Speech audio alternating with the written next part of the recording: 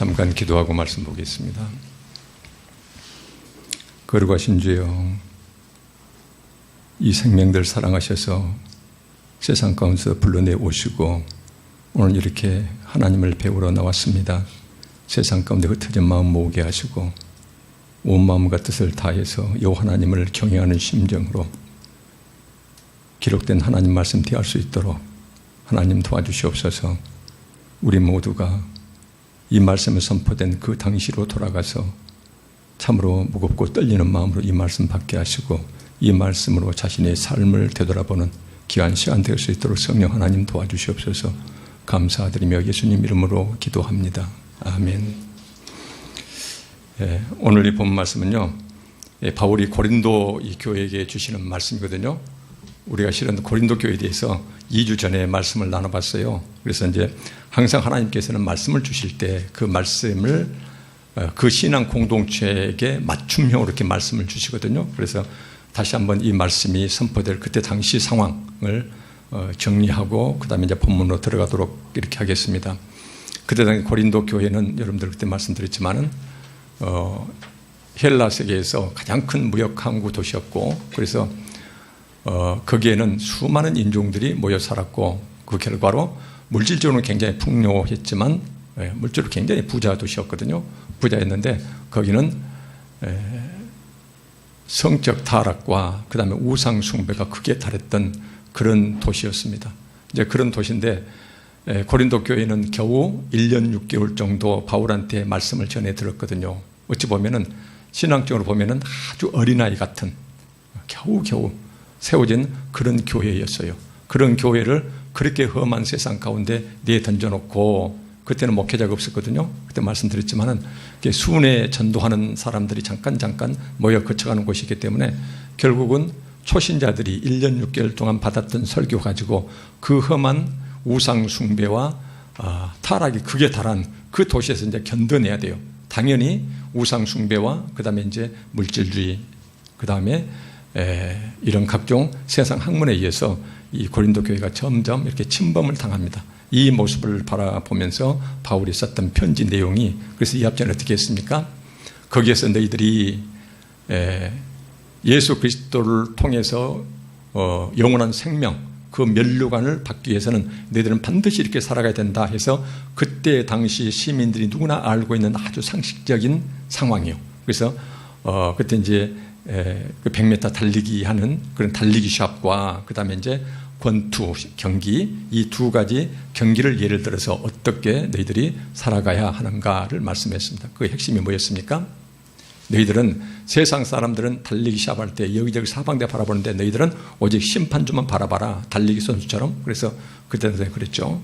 200m부터 4.8km까지 다양한 달리기 경주가 있었는데 그 달리기 경주 끝골인 지점에서는 심판자가 달려오는 선수들을 면밀히 관찰하면서 1등짜리한테 주기 위해서 상을 들고 있는 이 경기를 예를 들었다. 우리 같으면 어떻게 됩니까? 예수 그리스도가 우리 삶이 다 끝나는 날 그분께서 우리의 달리기 경주를 판단하실 것이고, 그래서 그분이 들고 계시는 것이 이제 영원한 생명의 면류관. 그래서 이런 맥락 속에서 성경 쓰여진 부분들이 굉장히 많다. 이제 그 말씀을 말씀드렸습니다. 근데 이제 그러면서 그렇게 달리기 시합할 때 혹시 심판주만 바라보면서 달려가야 되는데 예수 그리스도를 바라보는데 방해가 되는 것이 있으면, 또 하나 달리기 시합하는데 무거운 것, 그 다음에 거치서는 것이 있으면 철저히 하나님 말씀으로 쳐서 어떻게 치라고 그랬습니까? 그때 당시에 칠 때는 가죽에가 예리한 이런 철, 그 다음에 그 못이 박혀가지고 때리면은 몸이 찢어지고 피가 날 정도로 그렇게 험한 것이 복싱 경기인데 그 주먹으로 자기 자신을, 이렇게 말씀으로 자기 자신을 예리하게 치면서 그 경기를 반드시 이겨내지 않으면 안 된다라는 것이 이제 그때 바울이 고린도 교회 교인들한테 주었던 말씀이거든요. 이 말씀에 덧붙여서 오늘은 또 다른 말씀을 주고 계세요. 왜 그러냐면은 그 고린도 교회 교인들 사이에 분파가 생겨나고 파벌이 생겨납니다. 그래서 그 모습을 바라보면서 바울이 그러한 모습은 하나님 부르심 받은 교회 모습이 절대 될 수가 없다. 이제 그런 차원에서 오늘 본 말씀을 주고 있습니다. 그래서 절대로 교회라는 것은 서로 반목하거나 소위 파벌을 짓는 곳이 아니다. 그래서 반드시 한 몸처럼 굳게 단합하라. 굳게 뭉쳐라. 그다음에 서로 화목하라. 이제 이런 말씀으로 오늘 본 말씀을 주십니다. 이것은 교회를 향하신 하나님의 준엄한 명령입니다. 이것은 신약 시대만 걸치는 것이 아니고 성경 처음부터 마지막까지 항상 신앙 공동체는 한몸주의라는 이 사상이 깊게 이제 배어 있거든요. 고린도전서 1장 10절로 본 말씀 보겠습니다. 형제들아, 내가 내 주 우리 주 예수 그리스도 이름으로 너희를 구원하노니, 입술에서 나오는 소리는 바울이라는 한 인간의 입에서 나온 소리지만 누구의 권입니까? 예수 그리스도의 이름입니다. 그래서 심판주로 오실 그 예수 그리스도의 이름, 그 권위로 너희들한테 얘기하니 모두가 같은 말을 하고, 이 표는 같은 말을 한다는 것은 당연히 서로 다른 사람들이 모여있기 때문에 생각이 다를 수가 있거든요. 처음에 어떤 얘기를 할 때는 서로 생각이 다를 수가 있는데, 그런데 일단 교회로 모인 사람은 서로 다른 생각, 말을 반드시 조정을 잘 해가지고, 그래가지고 의견을 통일시켜라. 이 말씀이 모두가 같은 말을 하라. 교회로 모인 자들은 밖으로 나가는 모든 말들이 반드시 의견을 통일시키고 말을 통일시켜라. 그 다음에 너희 가운데 분쟁이 없이 절대로 갈라서지 말라는 것이요. 파벌이 생겨서는 안 된다는 것이에요. 그러면서 같은 마음과 같은 뜻으로 모든 말과 언행심사에 소위 출발점이 되는 내 마음의 깊고 깊은 동기마저도 똑같은 하나로 온전히 합하라. 이 온전히 합하라는 것은 굳게 단합하십시오, 또는 굳게 뭉치십시오, 한 몸처럼 되십시오, 이렇게 이제 해석이 가능한 부분입니다. 그래서 이 오늘 본 말씀은 예수 그리스도의 부름을 받고 함께 모여든 사람들이 모인 그 교회는 반드시 서로 다른 의견도 통일시켜 갈 것이고, 그 다음에 절대로 파벌이 갈라서는 안 된다. 같은 마음과 같은 뜻으로 온전히 한 몸을 이루라. 이렇게 이제 얘기를 하고 있습니다. 그래서 이것은 실은 교회가 반드시 지켜내야 될 신약 성경과 구약 성경 전체에 걸쳐서 하나님의 뜻이거든요. 그래서 이제 우리는 다시 예전에 여러 번 말씀드렸습니다만은, 우리는 한국 사람으로서 2000년 전에 성경 말씀을 대하는 것이 아니고 이 성경 말씀이 주어진 그 당시의 유대인의 심정으로 이 말씀을 이제 살펴보도록 하겠습니다. 맨 처음에 창세기 4장 9절에 이 말씀이 있습니다. 창세기 4장 9절은요, 첫 인류 아담과 하와가 하나님께 범죄하고 그 다음에 죄를 짓고 이제 에덴 동산을 쫓겨나죠. 그래 난 다음에 어떤 일이 벌어집니까? 형제끼리 가인이 아벨을 들여서 죽입니다. 그러고 나서 하나님께서 가인을 찾아와서 오셔서 하시는 말씀이 창세기 4장 9절 말씀이거든요. 하나님이 이렇게 말씀하십니다. 여호와께서 가인에게 이르시되 내 아우 아벨이 어디 있느냐? 내 아우 아벨이 어디 있느냐? 그가 이르되 내가 알지 못하나이다. 내가 내 아우를 지키는 자입니까? 라고 이제 가인이 하나님께 이렇게 이제 반응을 보여요. 이 본문 말씀 우리가 생각할 때는 세상 사람들이 이렇게 이제 해석하거든요. 유대인 밖에서는 이 말씀은 하나님께서 형제를 죽인 가인을 찾아와서 벌 주기 위해서 의뢰권 묻는 말이 네 아우 어디 있어? 이렇게 묻는 것으로 보고, 그러니까 가인은 내가 내 아우를 지키는 자입니까? 자기도 성인이니까 자기 일은 자기가 알아서 하는 것이죠. 이렇게 이제 표현하고 이해하거든요. 그러나 유대인들은 이 본 말씀을 그렇게 해석하지 않습니다. 어떻게 해석하냐면요, 유대인들 세계는 예전부터 어떻냐면은 모든 사람은 자기 형제를 지키는 자, 책임지는 자로 이미 운명 지어져 있어요. 그러니까는 이 창세기 4장 9절을 유대인들은 어떻게 해석하냐면은, 당연히 하나님께서 물론 알고 계시죠. 가인한테 아벨이 죽음 당하는 것을 알고 계시지만은, 여기서 당연히 뭐냐면은 아벨이 어떤 일이 생겨나면은 그 책임을 누구한테 묻냐면 가인한테 묻는다는 것이에요. 반드시 그 자기 형제를 책임지는 자, 돌보는 자로서 형제라는 그런 개념이기 때문에, 그래서 네 아우 아벨이 어디 있냐 이 묻는 것은 하나님께서, 이것은 너는 네 형제를 책임지는 자로서 아벨이 안 보인다? 아벨이 어디 있어? 라고 그 옆에 그 형제한테 책임을 묻고 계신다는 식으로 이 성경 기절을 해석을 합니다. 그 다음에 그 가인은 뭐라 하냐면은 내가 내 아우를 지키는 자입니까? 범죄한 자가 자기 인생 자기가 알아서 사는 거지 내가 왜 동생을 챙깁니까? 이 표현인데 구유대인들은 어떻게 해요? 네 말이 맞다는 것이에요. 너는 당연히 네 아우를 챙기는 자다, 지키는 자다, 이렇게 해석을 합니다. 그래서 창세기 4장 9절 이 말씀을 유대인들은 오래전부터 이 구절을 유대인들은 모두가 한 몸 한 공동체로서 서로가 서로를 책임지는 그런 자로 우리는 운명 지어졌다라는 식으로 이 성경 구절을 하나님의 명령으로 이해를 합니다. 어떤 내 주변에 또는 내 믿음의 형제가 어떤 일을 벌였을 때 하나님께서는 네 그 친구가 네 교인이 어디에 있느냐라고 나한테 물으신다는 것이거든요. 이렇게 해석을 한다는 것이에요. 그래서 우리가 단지 이 본문 말씀을 가인의 범죄 후에 하나님께서 책임 묻기 위해서 와서 의뢰컷하는 말씀이 아니고 실은 네 아우 아벨이 어디 있냐 이 묻는 것하고 그 다음에 아벨이 오히려 내 아우를 내가 지키는 자입니까? 이렇게 반문하고 있는데 이 본문 말씀을 유대인들은 그렇게 해석한다는 것이죠. 그래서 이 본문을 그렇게 해석한다. 신약 성경도 똑같습니다. 신약 성경 보면은 갈라디아 3장 26절에 이런 말씀이 있거든요. 너희가 다 믿음으로 말미암아 그리스도 예수 안에서 하나님의 아들이 되었으니 예수 그리스도 안에서 한 하나님의 아들이 되었다. 이것은 뭐냐면은 한 몸 교회를 이루었다는 이제 그 표현이거든요. 그러면서 28절에 너희는 교회를 이룬 자 너희는 유대인이나 헬라인이나 종이나 자유인이나 남자나 여자나 다 그리스도 예수 안에서 하나다. 한 몸이다. 이렇게 이제 말씀하고 있어요. 그냥 우리는 의뢰껏 지나가요. 그런데 유대인들의 맥락 속에서는 이 본 말씀이 뭐냐면은 그때 당시에 바울의 이 표현은 어마어마한 아주 충격적인 내용이었거든요. 왜냐하면 유대인들은 철저히 혈통으로 구원받는다는 혈통주의에 사로잡혀 있었어요. 그런데 예수 그리스도를 통해서 교회 안에 모여든 이방인마저도 헬라인이나 유대인이나 다 똑같은 하나님 백성이라는 것이에요. 유대인들은 이건 받아들일 수 없는 것들이었거든요. 또 하나는 뭐냐면은 종이나 자유이나 그때 고린도 교회 고린도 도시에서는요 인구가 지금 정확한 이제 수를 잊어먹었습니다. 전체 인구의 3분의 2가 노예였거든요. 그래서 3분의 1 정도는 자유인이었고 3분의 2가 노예였어요. 그때 당시에는 종과 노예는 어마어마한 신분 차이가 있었거든요. 그런데 바울은 뭐라 하냐면은 종이나 자유인이나 다 똑같다 그 말. 그 다음에 남자나 여자나 중동 사회에서 그 여성 성차별이 얼마나 심합니까? 2000년 전에 어쩌겠어요.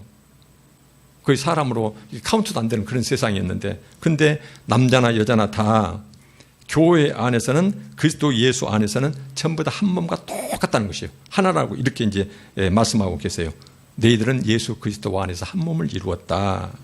그래서 이 한 몸을 이루었기 때문에 어떤 일이 벌어집니까? 고린도전서 12장 26절에 우리가 그 전에 봤던 말씀이거든요. 만일 한 지체가 우리는 예수 그리스도 안에서 한 지체가 되었으면 이 말은 머리는 예수님인데 여러분들은 제가 이제 새끼손가락이면은 우리 장로님은 뭐 엄지손가락이고 전부 다 지체다 그 말이에요. 예수 그리스도 안에서 우리는 전체 다 한 몸에 신체 전부 다 조직이다 그 말이거든요. 그래서 만일 한 지체가 고통을 받으면 예수 그리스도 안에서 한 몸 이룬이라고 말씀하셨는데 그러면 어떤 일이 벌어져야 되느냐?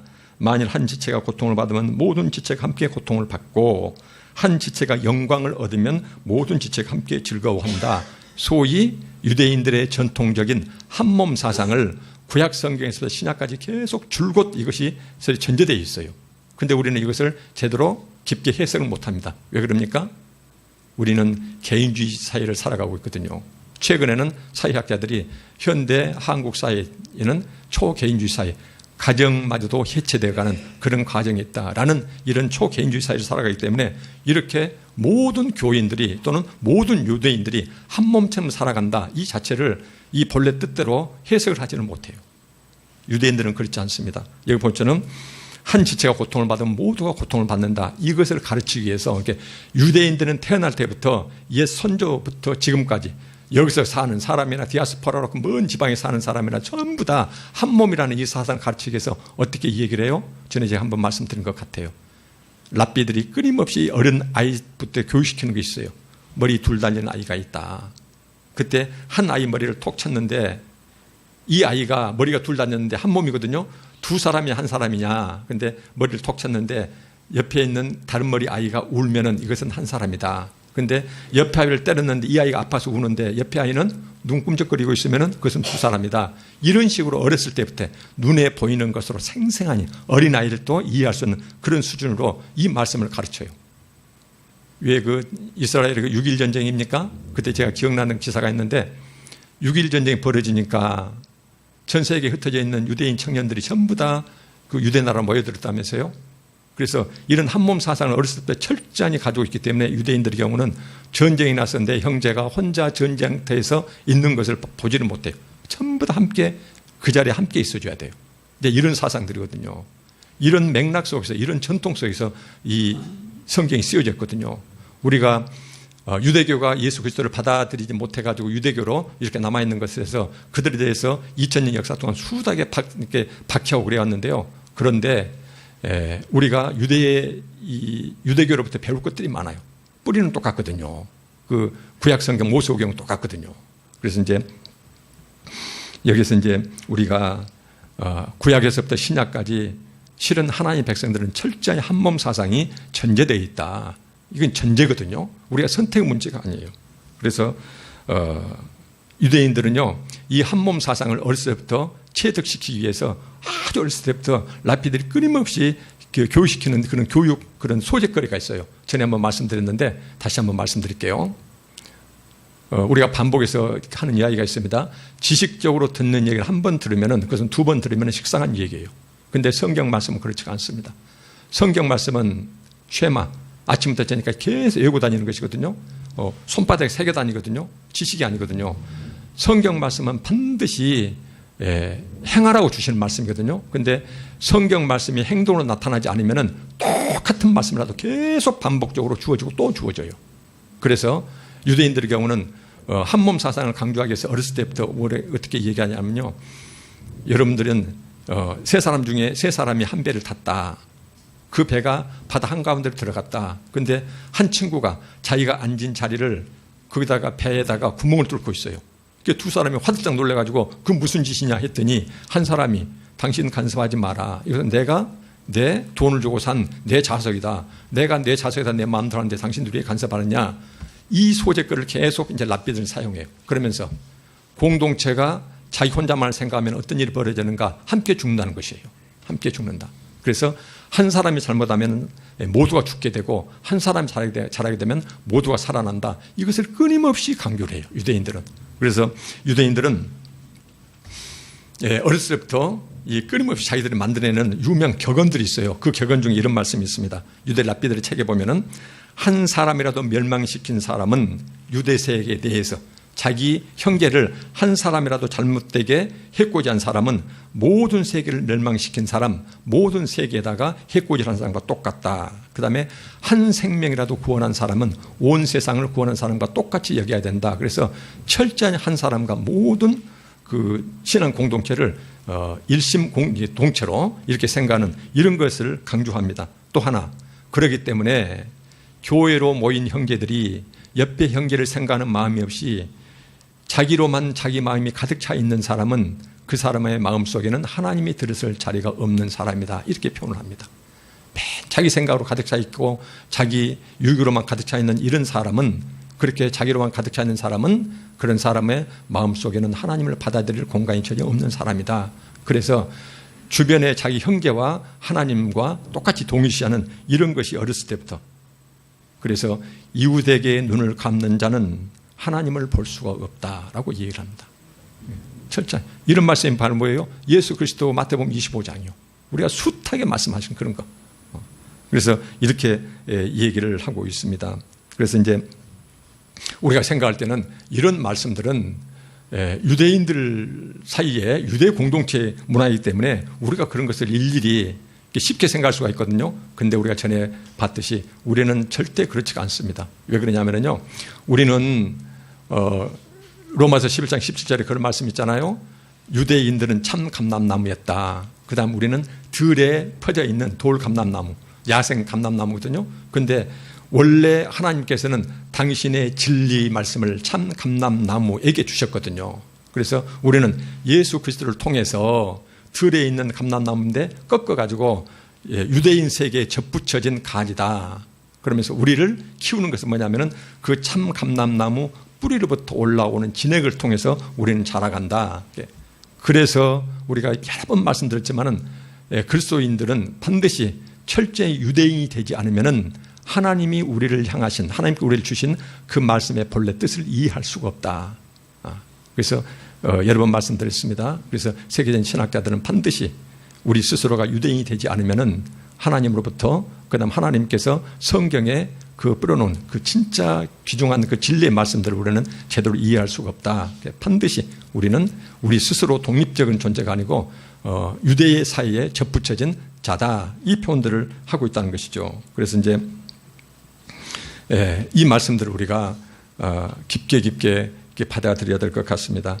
근데 이제 실은 교회에서 한 몸을 이뤄야 된다. 여기에 모이던 모든 신앙 공동체가 정말로 한 몸처럼 서로 이렇게 내 몸처럼 서로 사랑하면서 한 몸을 이뤄야 되는데 그게 결코 쉽지 않다는 것이에요. 제가 이제 얼마 전에 봤던 그 미국에서 있었던 한 사건을 제가 그 기사를 본 적이 있거든요. 미국에 이제 아미쉬라는 그 단체가 있잖아요. 예, 기독교의 한 분파인데 그분들의 경우는 성경 말씀대로 살기 위해서 얼마나 고군분투한지 몰라요. 그래서 아미시들의 경우는요, 사업할 때 자기 사업이 일정 규모 켜지면은 돈의 노예가 될까 봐서 스스로 사업 규모를 줄여갑니다.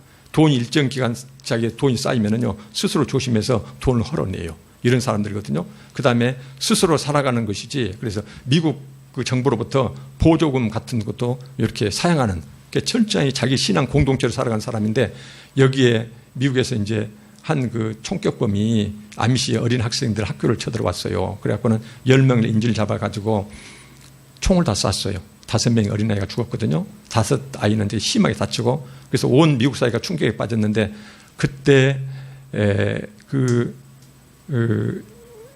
자기 아이를 잃은 아미시 사람들이 했던 행동이 있거든요. 그 사람들이 세상에 자기 아이 그 장례식 하고 하면서 그 총격범이 자기가 자살을 했어요. 그 총격범도 누군가 자식일 거 아닙니까? 그래서 그 총격범 형제들하고 그 부모를 찾아가서 위로를 했어요. 당신 아들도 죽었지만 우리 아이도 죽었는데 당신 아들도 죽었다. 위로를 하고. 그 다음에 미국 사회에서 성금이 엄청 많이 답지했던 모양이에요. 그 사건이 접하고 나서 그 성금을 나눴어요. 그 성금 나눠가지고 당신도 똑같이 자식 잃은 사람, 그래가지고 그 성금을 그 가해자, 범인의 부모하고 같이 나눴거든요. 이제 이렇게 그런 일이 있었어요. 근데 그 암시 사람들이 고백하는 내용이 있어요. 온 세계를 깜짝 이렇게 그렇게 이제 잔인한 사건이었고, 자기 자식을 죽인 그 범인은 용서할 수가 있고, 그 다음에 그 부모에게 가서 성금마저 나눌 수가 있는데 문제는 뭐냐? 아미시 사람끼리 모여서 살아가는데 사소한 이런 문제로 계속 갈등이 일어나고, 이런 이제 그 인간관계 틀어지는 거 있잖아요. 이런 것은 용서하기 힘들다. 아미시 사람 자기들끼리 사소한 문제로 갈등이 일어나고 미움이 생겨나는데 그 감정을 추스리기가 그렇게 힘들다는 것이에요. 그래서 이 오늘 본문 말씀은요, 우리한테 주는 것이 결코 쉬운 것은 아니다. 그러나 지금은 아까 말씀드렸듯이 개인주의 사회고 초개인주의 사회이기 때문에 우리하고는 전혀 동떨어진 다른 세상의 일이거든요. 그런데 하나님께서는 한 백성을 선택해서 그 백성들이 어떻게 살아가야 되는가, 그 삶의 모습을 한 몸 사상으로 그렇게, 그래서 뭐냐면은 내 이웃을 내 몸처럼 사랑하라, 이런 말씀이 이제 전체 성경의 한 축으로 이렇게 이제 주어지는 것 아닙니까? 이렇게 지금 강조를 하고 계시거든요.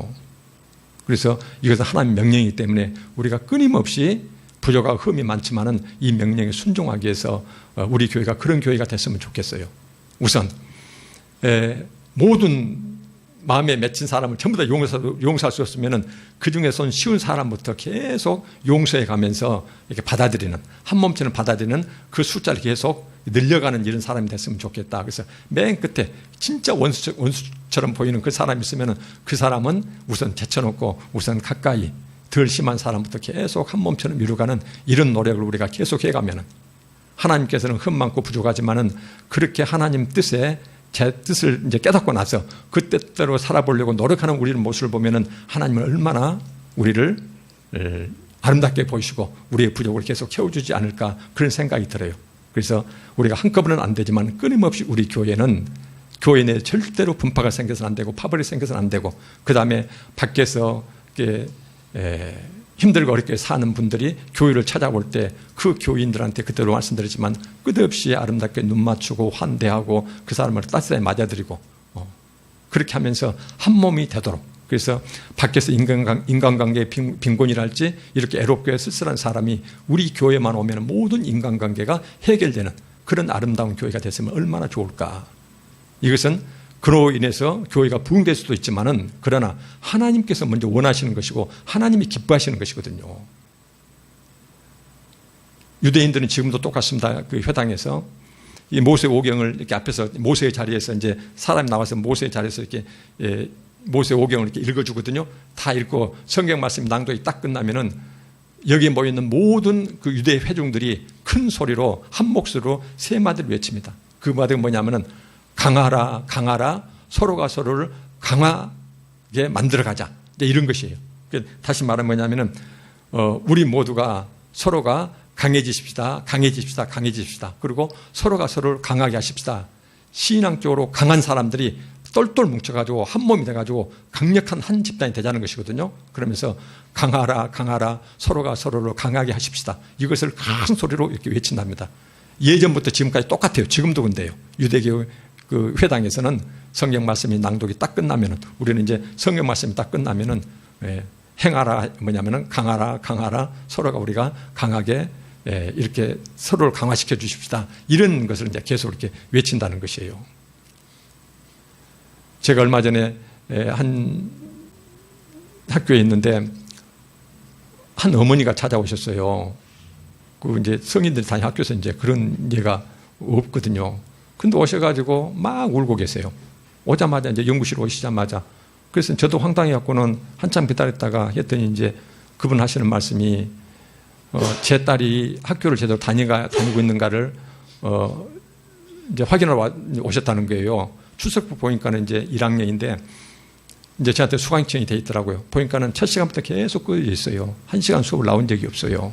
그래서는 수업을 나온 적이 없습니다. 그랬더니 그 부모님이 그 엄마가 그러면 이런 프로그램을 학교에서 50만 원 받고 하는 프로그램이 있습니까? 그것이 없거든요.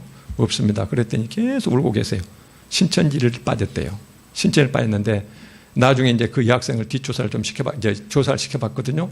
봤더니 아는 학생이 없어요. 딱 그냥 들려오는 소리가 뭐냐면은 그 여학생이 굉장히 그 외톨이처럼 지낸답니다. 외롭게.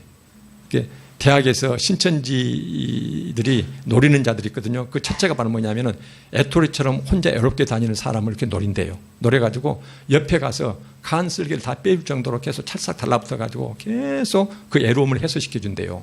그러니까는 따라갈 수밖에 없대요. 그 다음에 신천지 가서 이거 아니다 하는데 빠져나올 수가 없대. 인간관계 때문에. 그것을 이제 하고 있는데 그 엄마가 뭐라고 했냐면은 보니까 교회 집사님이더라고요. 그러면서 신체적으로 잘못된 것은 잘 감수할 수 있겠대요. 근데 이단에 빠져가지고 이제 그 말하자면 지옥 가게 생겼는데 어떡하냐. 그러면서 이제 슬피 울고 계세요. 그러면서 딸을 구하기 위해서 어떻게 했냐면은 신천지에 자기도 들어갔대요. 그래갖고는 그 무슨 방에 가서 이제 이렇게 성경 공부도 하고 그랬는 모양이에요. 근데 이제 생각은 딸만 찾으려는데 딸을 찾을 수가 없어요. 그래서 이제 그 엄마한테 그 얘기를 했거든요. 이만인이라는 사람은 지금 90이 다 됐다. 육신 가지고 있는 사람이 영생불사한다. 그 코미디다. 곧 이제 한계가 드러나고 죽게 될 것이다. 그때 딸이 이 생각이 낼수록 이제 이 표현을 하라. 그러면서 이제 뭐라고 얘기했냐면은 네가 믿는 하나님은 너 혼자 구원받기 위해서 부모 형제 다 버리고 너 빠져나갔느냐. 내가 믿는 하나님은 원수까지도 위해서 당신 목숨까지 내어주신 분이다. 그래서 원수까지도 옆에 서서 그 원수를 구하기 위해서 생명까지 내어주신 나는 그 하나님을 믿고 있는데 네가 믿는 하나님은 이마이라는 사람이 가르쳐준 하나님은 어떤 하나님이길래 부모까지 버리면서 나오게 하느냐. 그러면서 나는 널 위해서 목숨까지도 줄 수가 있다. 그런데 너 살자고 부모 버리는 그런 가르침 받고 거기 빠져들었느냐. 그 표현만 그 말씀만 전하고 오면은 이제 돈을 타겨서 가끔 전하고 온대요. 그래서 그 말씀만 전해 주십시오. 이만희가 죽게 되면은 그 다음에 혹시라도 성경 기절 가지고 막 널뛰식으로 이렇게 해놨는데 14만 4천 명이 들기 위해서 그 혈안이 되어 있는 사람들이거든요. 그래서 다른 거 성경 교리 갖고는 아무것도 안 되니까 단지 그때 가서 인간적인 정에 호소하십시오. 그래서 내가 믿는 하나님, 너희 집단이 가르친 하나님은 왜 이렇게 다르냐. 그것만 생각날 수 있도록 그 얘기를 하십시오. 이제 그 얘기를 전해준 적이 있어요. 근데 저는 이제 그 신천지 그런 모습을 보면서 신천지 사이비 이단마저도 사람을 끌어들이기 위해서 그렇게 아주 간슬게 다 빼주고 그 사람의 맞춤형으로 이렇게 접근해서 막 그렇게 자기 삶을 만들어가는데 우리 한국 교회라는 교회는 개인주의가 편만해져 있는 상태거든요. 그러니까는 여러분들 보면 신기한 것이 전부 다 대형교회 찾아가요. 대형교회 찾아가서 그 대형교회 속에서 특별히 개인적으로 부담 없이 신앙생활 하고 싶다 그 말이거든요. 개인적으로 막 초점되고 이렇게 싫다 그 말이에요. 그런 사람들이 이 소형교회에서 고생한 분들이 그렇게 찾아간다는 것이에요. 개인주의가 그렇게 아주, 그래서 옆에 교인이 어떻게 됐든지 간에 상관없이 그렇게 살아가는 사람들이거든요. 그런 사람들은. 그래서 유대교가요, 우리를 평하는 말이 있어요. 예, 뿌리는 구약 성경 똑같거든요. 뿌리는 똑같은데 그들이 한국 이제 뭐냐면 세상 개신교를 바라보면서 그런 얘기를 한답니다. 우리 눈에는 당신 모습들이 어떻게 보이는 거 아니? 고독한 방랑자라고 보인다. 자기들은 철저히 어렸을 때부터 한 몸이거든요. 그래서 옆에 형제가 잘못되면 그 책임이 자기한테 있는 것이죠. 유대인들의 경우는 태어날 때부터 공동체 의식과 책임 의식이 철저합니다. 그런데 현대 이 개신교는 바라보고 있으면 전부 다 뿔뿔이 흩어지는, 그래서 고독한 방랑자, 끝없이 자기 마음을 자기 것으로만 채워가기 때문에, 그래서 그 마음속에 하나님이 들어갈 자리가 없는 자고, 그 다음에 이웃을 바라보지 않기 때문에 하나님도 바라볼 수 없는 자들이, 그러기 때문에 그런 사람들은 어떤 모습들이냐. 그래서 무정한 자들, 주변에 대해서 자기 도움의 손길을 펼쳐야 되는데 거기에서 통 정리미가 정 하나 없는 무정한 자들, 그래서 고독한 방랑자, 무정한 자, 그렇게 유대교는 우리를 평한답니다. 우리가 배워야 될 부분들이거든요. 그래서 우리가 전주에 말씀 받듯이 고린도 교회가 처한 물질의 풍요함, 그 다음에 세상 학문에 그렇게 번성하고, 그 다음에 이런 성적 타락과 우상 숭배, 하나님 자리를 차지하는 모든 이런 세상, 고린도 교회와 똑같은, 오히려 더 심한 우리는 그런 시대를 살아가고 있거든요. 그래서 바울이 우리한테 건네줬던 말씀, 이런 탁한 세상 가운데서 우리가 길 잃지 않고 똑바로 주님한테 똑바로 달려가서 생명의 면류관을 얻기 위해서 우리는 끝없이 주님만 바라보며 달려갈 때에 모든 제약을, 예를 들면 말씀으로 쳐내면서 가뿐한 몸으로 달려가야 된다. 달려가야 된다. 그러면서 또 하나는 철저하니 달려갈 때 한 몸, 형제끼리 함께 달려가는 이런 모습을 보여야 된다. 우리는 이제 그것을 꼭 생각했으면 좋겠어요. 그래서 하나님이 보실 때에 우리 나눔과 성림교회가 비록 규모는 적지만은, 규모가 적고 그러지만은 여기에 들어오는 사람마다 전부 다 한 형제처럼 똘똘 뭉쳐서 서로를 위해주고 나누고 섬기고 이렇게 살아가는 이런 모습으로 하면은 하나님이 얼마나 기뻐하실 것인가. 그래서 이렇게 바울이 원했던 그의 삶의 모습을 이렇게 주님만 바라보면서 열심히 그렇게 뛰어가는 성령으로 충만한 그런 사람은 반드시 그 열매가 나타나는데, 우리가 주님만 바라보고 달려가는지 어떻게 알아요? 그 다음에 하나님의 주신 말씀으로 자기한테 더덕더 붙어있는 죄악을 그놈을 막 피가 나도 치면서 무거운 죄를 벗어버리고 예수님한테만 쫓아가는 이런 모습이 우리가 어떻게 아냐고요. 근데 눈에 보이는 열매가 있거든요. 그 눈에 보이는 열매가 그 교인들끼리 똘똘 뭉쳐서 서로 위해서 공동의식과 책임의식을 가지고 서로 위해주고 그렇게 살아가는 이런 사람이라면은, 그런 자들이야말로 예수 그리스도를 향해서 똑바로 뛰어가는 자들이 그런 신앙 열매가 아닐까, 그런 생각을 합니다. 그래서 바울이 주었던, 고린도 교회에 주었던 두 가지 특별한 이런 하나님의 이런 말씀, 그 말씀은 과거 유대 문화이기 때문에 우리가 함부로 경시할 것이 아니고, 유대 민족을 통해서 하나님이 당신 뜻을 주신 그 뜻 자체가 철저하니 한 공동체로 살아가라, 형제로 살아가라, 이 말씀이거든요. 그래서 우리가 그렇게 살아가는 우리 교회가 되었으면 좋겠습니다. 정말 따뜻한 교회, 그 다음에 똘똘 뭉쳐있는 교회, 힘들고 어려운 일 있으면 모두 함께 가서 함께 그 자리에서 함께 웃고 즐거워하고 슬퍼하는 그러한 우리가 되었으면 좋겠습니다. 그러면은 하나님이 얼마나 기뻐하실까, 그런 차원에서 오늘 이 본 말씀을 선택했습니다. 기도하고 말씀 마치겠습니다.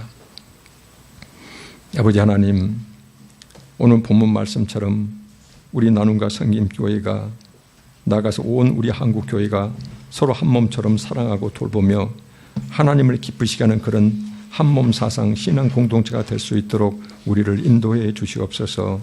예수 그리스도 이름으로 기도합니다. 아멘.